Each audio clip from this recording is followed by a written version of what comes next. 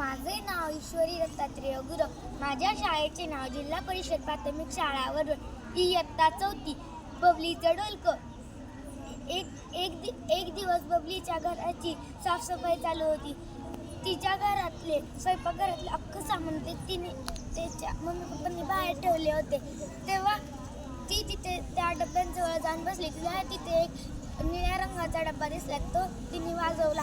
त्या डब्यातून छनछन आवाज आला. परत दुसऱ्यांदा तिने तो डब्बा जोरात वाजवला. परत त्या डब्यातून छनछन आवाज आला. तिने डब्बा उघडला. त्या डब्यात पाहिले तर त्या डब्यात तांदळाचे दाणे दिसले. तिने तो डब्बा परत जसा होता तसा लावला. नंतरच बबली त्या डब्याला घेऊन आपल्यासोबत डब्याला जवळ घेऊन ती झोपली. नंतर ती सकाळी उठल्यावर तिला त्या डब्यातील तांदळाचे दाणे सापडलेच नाही. ते तांदळाचे दाणे त्या कुत्र्याने खाल्ले होते.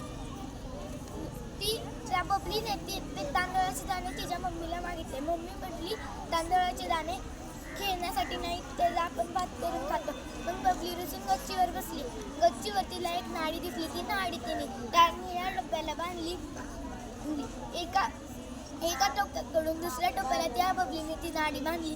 नंतर बबली ती ढोलकी वाजवत खाली उतरत आली. जीत तरीही बबलीच्या घराची साफसफाई. जीत काहीतरी शोधत होता आणि बबलीचे पप्पा डबे नेऊन ठेवत होते. मम्मी डबे पुसत होती. एवढंच.